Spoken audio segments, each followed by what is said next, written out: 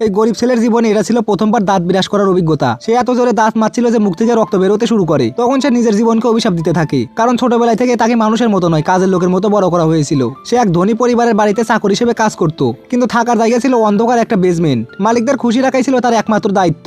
একদিন বাড়িতে বড় পার্টি হয়, সবাই নাচ গান আর মদে মেতে ওঠে। রাত গভীর হলে মালকিন নেশার করে গাড়ি চালাতে চায়। ছেলেটি অনেক বাধা দিলেও সে শোনেনি। গাড়ি তখন দ্রুত গতিতে ছুটছিল। হঠাৎ সামনে এক মেয়ে চলে আসে, আর মুহূর্তের মধ্যেই ভয়ঙ্কর দুর্ঘটনা ঘটে। মেয়েটি ঘটনাস্থলেই মারা যায়। স্বামী স্ত্রী দুজনেই আতঙ্কিত হয়ে পড়ে। তারা হাসপাতালে নেওয়ার কথা ভাবলেও চাকর ছেলেটি দ্রুত তাদের গাড়িতে তুলে আবার সেখান থেকে নিয়ে পালিয়ে যায়, কারণ সে জানতো গরিব মানুষের মৃত্যুর বিচার খুবই কম হয়। ছেলেটি মনে করতে থাকে যে মালিকদেরকে বাঁচিয়ে সে তাদের উপরে আরো বিশ্বাস অর্জন করেছে, কিন্তু পরদিনই তার সেই বিশ্বাস ভেঙে যায়। একজন আইনজীবী এসে তার হাতে একটি কাগজ তুলে দেয়। সেখানে লেখা ছিল যে দুর্ঘটনার দায় তাকে নিজের কাঁধে নিতে হবে। ছেলেটি তখন অবাক হয়ে যায়। যাদের জন্য সে সবকিছু করলো তারাই তাকে বলির পাঠা বানিয়ে দিল।